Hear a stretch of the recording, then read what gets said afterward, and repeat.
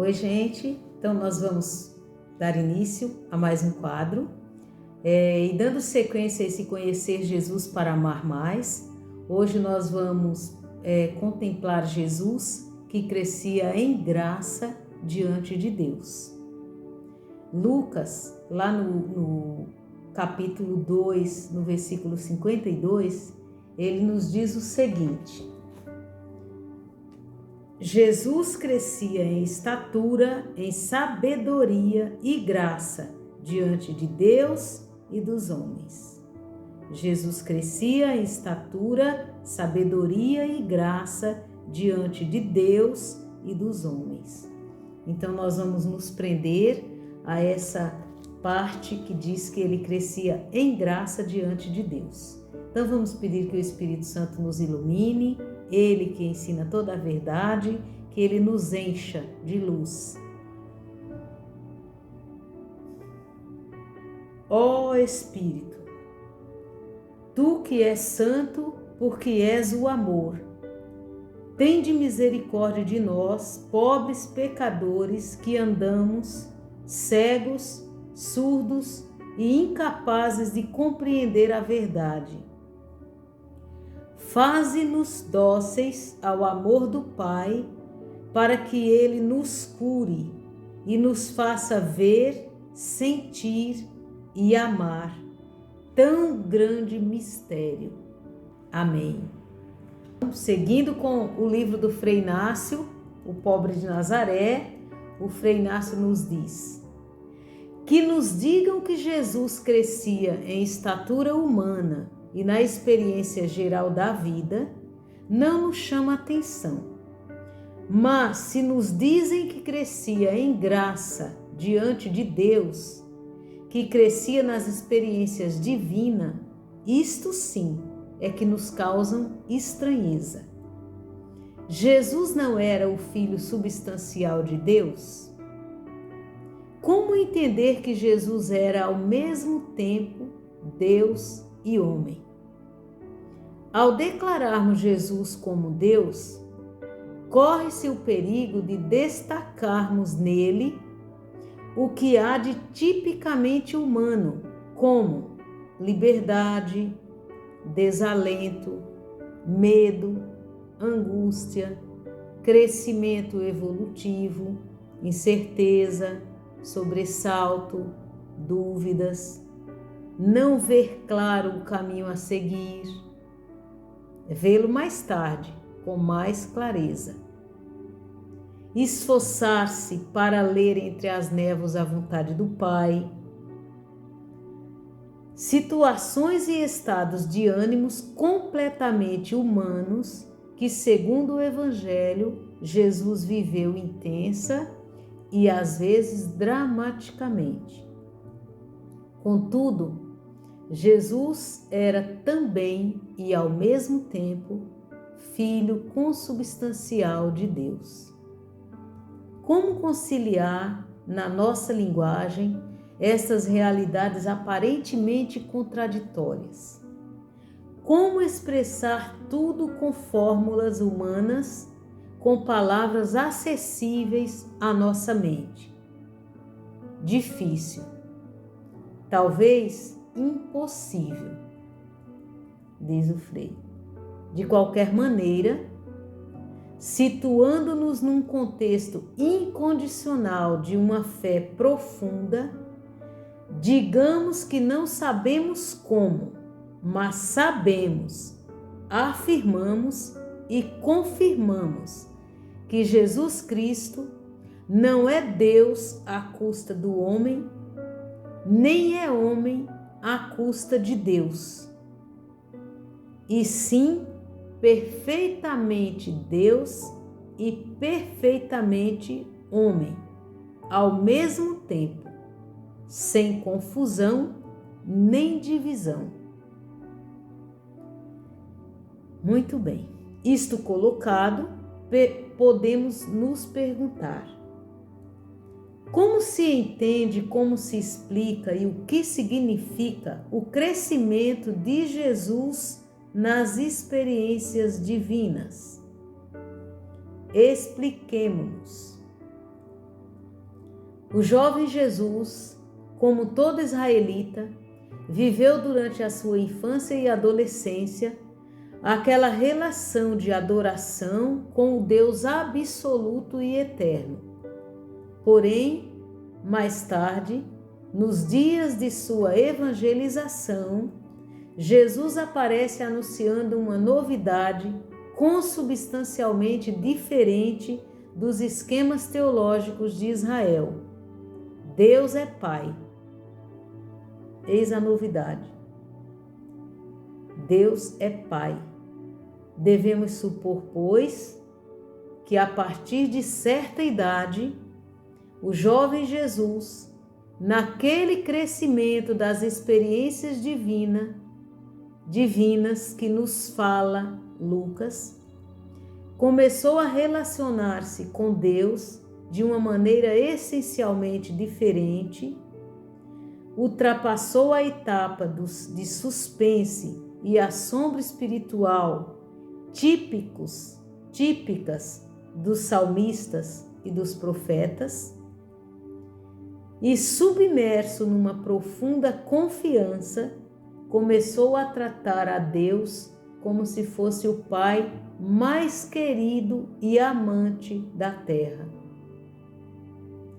E em que sentido Jesus crescia nas experiências divinas? Da adoração extasiada, foi passando a uma outra relação de confiança, que culmina com a de um filho muito querido para um pai muito amoroso. O Frei aqui dá asas à imaginação, num esforço para nos explicar como se deu esta experiência inédita, profunda de Jesus com o Pai. O Frei se baseia em tanto próprias experiências como experiências de outros místicos. E o Frei diz: era noite. O jovem Jesus de pé na escuridão estrelada sobre o cume da colina que cercava Nazaré. Tudo era prodígio naquela noite resplandecente e mágica. Parecia uma noite de bodas e êxtase. O Pai se abriu ao Filho sem medidas, sem controles. O Filho, em plena correspondência, se abriu inteiramente ao Pai, e os dois se olharam até o fundo de si mesmos, num olhar de amor. Este olhar foi como um lago de águas profundas e claras, em que os dois se perderam num abraço, onde tudo era próprio e tudo era comum. Cada um recebia tudo e dava tudo. E tudo se comunicava no inefável silêncio. E no ardente coração de Jesus explodiram todas as emoções. O amor e a intimidade estabeleceram um duelo singular, no sentido em que quanto mais alto era o amor, mais alta era a intimidade. E quanto mais alta era a intimidade, mais alto era o amor. E assim, o Pai e o Filho chegaram a um abraço de êxtase, possessão e quietude. Era a totalidade, a eternidade. Foi então que a ternura e a confiança levantaram voo até transformarem-se numa frondosa árvore e que, com sua sombra, foi cobrindo os impulsos juvenis deste rapaz normal e diferente. Suas artérias se transformaram em rios caudalosos de doçura, e por todas as partes nasceram vertentes de confiança. Isto não sucedeu naturalmente numa só noite, diz o Frei.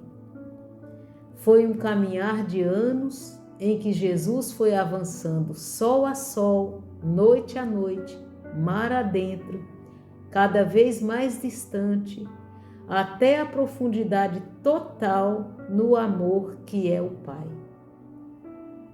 Experimentando progressivamente diferentes sensações, percebendo cada vez mais claramente que Deus é como o Pai mais querido e amante da terra. Não sabemos quantos anos teria Jesus a esta altura. Com aquele temperamento tão sensível, aquela piedade tão profunda, o jovem Jesus foi se adentrando num mar de amor experimental do Pai, enquanto trabalhava o carvalho, o cedro, transformando-os em uma mesa, em um berço ou uma canga de bois. Por este tempo, Jesus chegou a experimentar vivamente que o Pai não é antes de tudo temor, é amor. Não é principalmente justiça, é misericórdia. Nem sequer é preferentemente sua majestade, sua excelência, sua santidade, mas sim que é perdão, desvelo, ternura, solicitude, cuidado, carinho. Por conseguinte, há que se trocar o nome de Deus. Daqui por diante, já não se chamará Javé Adonai, se chamará Pai. Porque tem o que tem, faz o que faz e sente o que sente, é o papai ideal deste mundo. Aquela noite, Jesus subiu a rochosa colina. A noite era profunda e brilhante como poucas. O jovem Jesus começou progressivamente a sentir-se como uma praia inundada por uma maré de ternura. Uma maré procedente das mais remotas profundidades do mar de Deus, para abraçá-lo, abrigá-lo, envolvê-lo, como se o Pai fosse um imenso mar de ternura e o Filho, navegando com as velas desfraldadas nestas águas, como se o mundo e a vida fossem segurança, certeza, júbilo, liberdade. Tudo é graça e presença, uma presença amante e envolvente, definitivamente gratuita, surpreendentemente amorosa. Jesus poderia ter cerca de 30 anos. Qualquer observador sensível poderia distinguir em seu rosto como que uma serena maturidade, como um abismo cheio de paz, como aquela notável sensibilidade foi submergindo cada vez mais e com mais frequência e profundidade nos abismos infinitos da ternura do Pai, nos encontros solitários, segundo o seu costume, geralmente de noite, nas colinas que rodeiam Nazaré, navegando com as velas desfraldadas pelos mares da ternura. A confiança para com seu Pai foi perdendo fronteiras e controles. Foi avançando mais e mais, cada vez mais além, para a profundidade total do amor. E assim, numa noite, no auge da felicidade, saiu de sua boca uma palavra incrível para a opinião pública e teológica e a teologia de Israel. A palavra Abá, que quer dizer meu querido papai. Paizinho querido.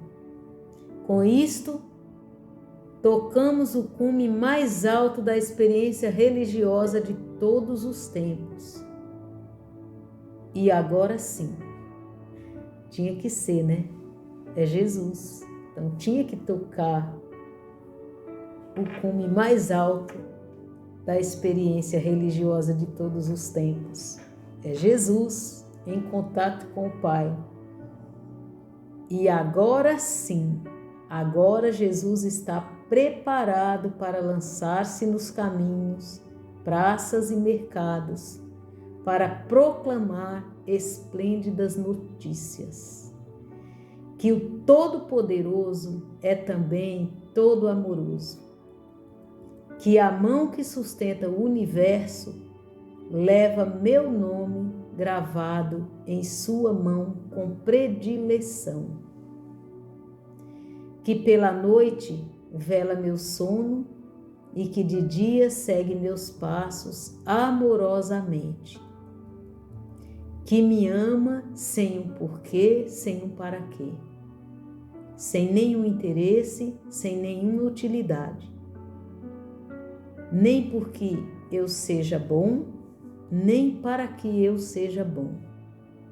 Gratuitamente, incondicionalmente, como uma rosa que por ser rosa perfuma, como a luz que por ser luz ilumina, como o amor que por ser amor simplesmente e sem motivos ama. Que os últimos serão os primeiros, que os marginalizados os preferidos e que todos são irmãos. Chegou a hora da alegria, da liberdade e da paz que Jesus nos trouxe. Muito bem. Ainda hoje, Jesus nos comunica esta mesma alegria, esta mesma liberdade e esta mesma paz. Ainda hoje Jesus nos comunica. E não nos esqueçamos que a palavra de Jesus, ela é eficaz. A própria palavra já tem a ação junto. Então, quando Ele nos comunica a alegria, Ele nos faz feliz. Quando Ele nos comunica a liberdade, Ele nos faz livres. E quando Ele nos comunica a paz, nós sentimos paz. Muito bem. Que podemos tirar de toda essa maravilha para nossas vidas? Em que posso melhorar? Que passo posso dar hoje seguindo os passos de Jesus? Seguindo os passos de Jesus, buscar crescer nas experiências divinas, buscando o Pai? Aprender com Jesus que primeiro devemos buscar Deus para falar dele cheios de convicção e de autoridade? Como ele fez? Aprender com ele a sentir o amor do Pai e viver esse amor, se sentir amado pelo Pai e amar como o Pai? Muito bem. Agora nós vamos fazer uma oração. E nessa oração nós vamos dizer a Jesus que nós sabemos que Ele está conosco todos os dias, comunicando essa alegria, essa liberdade e essa paz, desde que nós permitamos que Ele nos visite e nos coloque essa verdade da paz, da liberdade, da alegria. Rezemos. Estás conosco todos os dias até o fim do mundo. Estás conosco, onipotência divina, com nossa fragilidade. Estás conosco, amor infinito, que nos acompanhas em todos os nossos passos. Estás conosco, proteção soberana e garantia de êxito nas tentações. Estás conosco, energia que sustenta nossa generosidade vacilante. Estás conosco em nossas lutas e fracassos, em nossas dificuldades e provações. Estás conosco em nossas decepções e ansiedades para devolver-nos a coragem. Estás conosco. Estás conosco nas tristezas para comunicarmos o entusiasmo de tua alegria. Estás conosco na solidão como um companheiro que nunca falha. Estás conosco em nossa missão apostólica para guiar-nos e ser nosso arrimo. Estás conosco para conduzir-nos ao Pai pelo caminho da sabedoria e da eternidade. Amém. Obrigada, Jesus, estás conosco. Muito bem, agora eu vou falar para vocês da experiência pessoal, que é uma sugestão, mas que eu falo para vocês façam, porque vale a pena. Esse tempinho com Jesus vale ouro, muito mais que ouro. É um verdadeiro tesouro. Então, é o seguinte: depois de invocar o Espírito Santo, conversar com Jesus sobre o seu crescimento espiritual, sobre quanto você tem se esforçado para buscar Deus, seu crescimento espiritual, quanto você tem se esforçado para buscar Deus, e sobre o esforço cotidiano para colocar em prática tudo o que tem aprendido com Jesus. Se preferir, converse com ele escrevendo, porque quando a gente está escrevendo, a gente se concentra mais. E depois, meditar o texto de Oséias, isso aqui é um presente para vocês, tá? Meditar o texto de Oséias, capítulo 11, versículos de 1 a 4. É um trecho bem pequenininho e Deus fala muito para a gente nesse texto. Sentir aí o amor do Pai, tá bom? Então, por hoje é isso. Agora nós vamos dizer a Jesus que segui-lo é preciso. Nesse canto lindo, vamos falar com Jesus com as palavras desse canto. Ouçamos.